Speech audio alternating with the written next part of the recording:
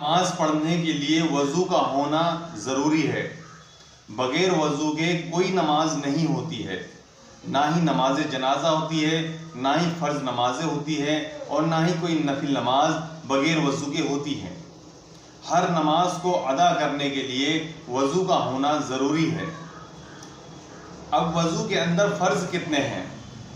याद रखिए, वज़ू के अंदर 4 फ़र्ज़ हैं।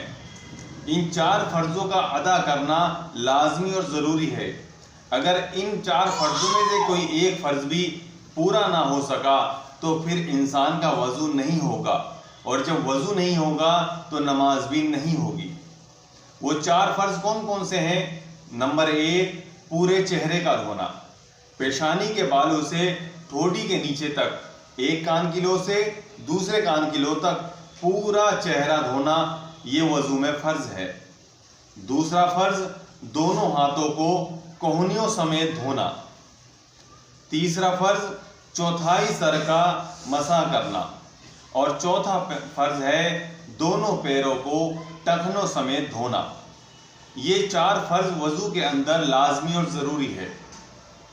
अब वज़ू की तरकीब सुन लीजिए, किस तरीके से वज़ू किया जाता है।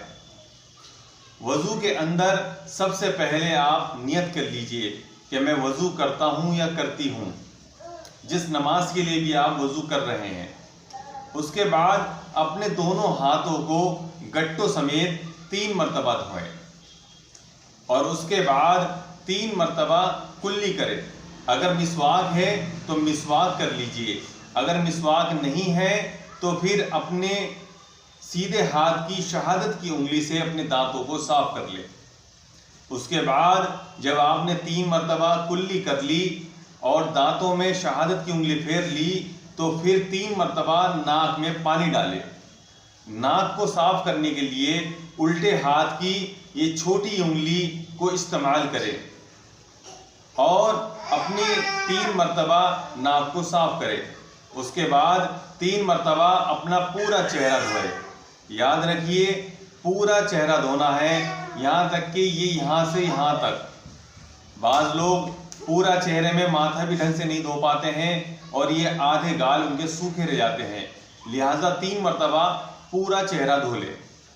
उसके बाद अपना सीधा हाथ 3 बार धो लीजिए, फिर उल्टा हाथ 3 बार धोइए और उसके बाद पूरे सर का मसा इस तरह करिए कि दोनों हाथों को नए पानी से तर कर लीजिए।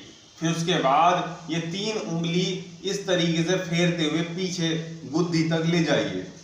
फिर वापस हथेली को कनौती पर से लाइए और फिर शहादत की उंगली से पूरे कान के अंदर उसको फेरिए और अंगूठे से कान के पीछे फेरिए।